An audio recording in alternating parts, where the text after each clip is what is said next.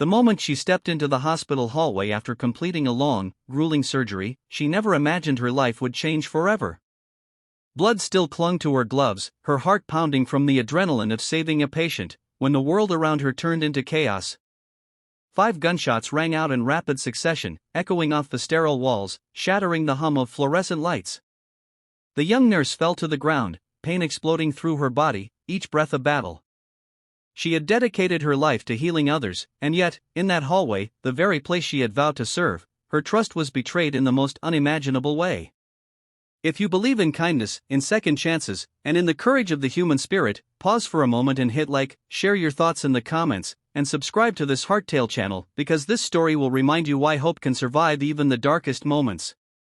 Her name was Ayesha, a nurse barely in her 20s, fresh-faced but already renowned in the hospital for her dedication, her empathy, and the rare ability to comfort a patient with just a smile. To the outside world, she was ordinary, but to the patients who clung to life in her care, she was nothing short of extraordinary.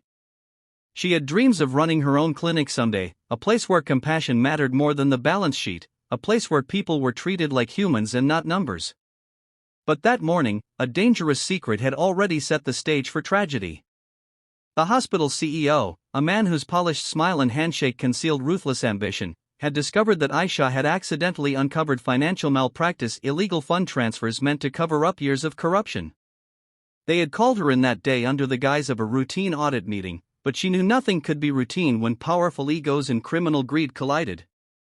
As the bullets tore through the air, Ayesha's mind flickered in fragments: her mother's warm embrace, the little girl whose life she had saved from sepsis, the elderly man she had comforted as he faced his final hours. Pain seared her arms and chest, yet somewhere deep inside, a small, stubborn flame refused to die. She couldn't surrender, not yet.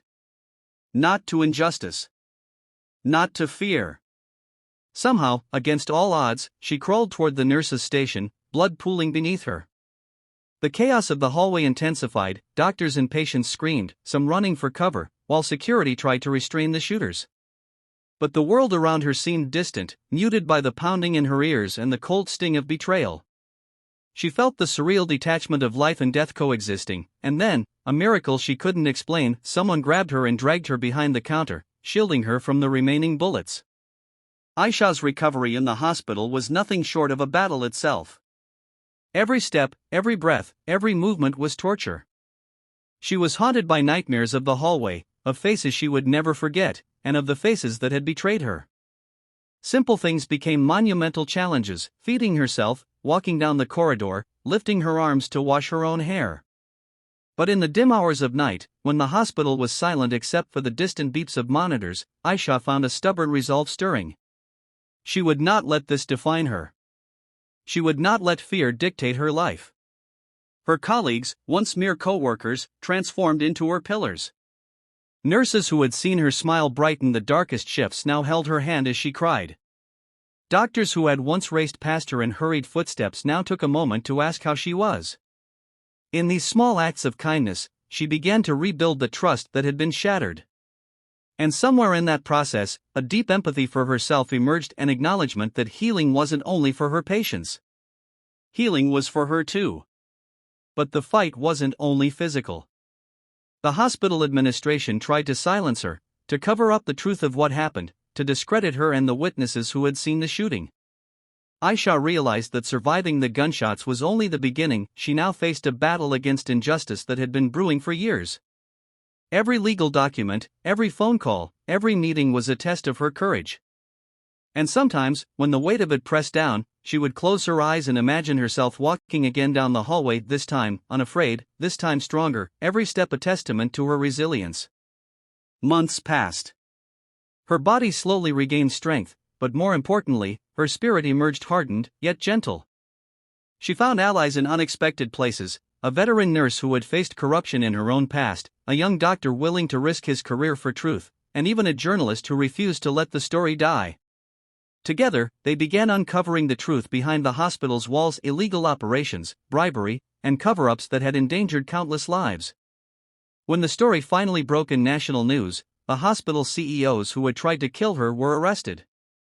The hallways where she had once felt the sting of betrayal were now quiet with victory, justice slowly settling like dust in sunlight. And in that moment, Ayesha realized that her life, which had almost ended in the sterile, fluorescent corridor, had become a beacon for those who had no voice. Her dreams evolved. She opened her own small clinic, a place where patients were seen as humans, not statistics. Where kindness wasn't an afterthought, but the foundation of every decision.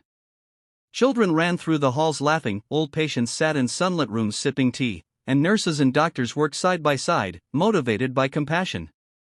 And every time Ayesha walked those hallways, she felt the echoes of her past, not as pain, but as proof of her own unyielding courage. Ayesha's story is a reminder that even when life attempts to crush us, even when betrayal is close enough to touch, there is a spark inside that refuses to die.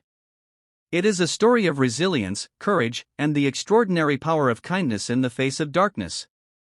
If this story touched your heart, if you feel moved by Ayesha's courage and her unwavering spirit, please like this video, share it with someone who needs hope, and subscribe to the channel to continue following heart tales that remind us all why compassion and bravery matter.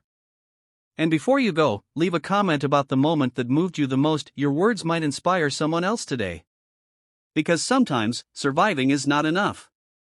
Sometimes, surviving is the first step to changing the world. And Ayesha did just that.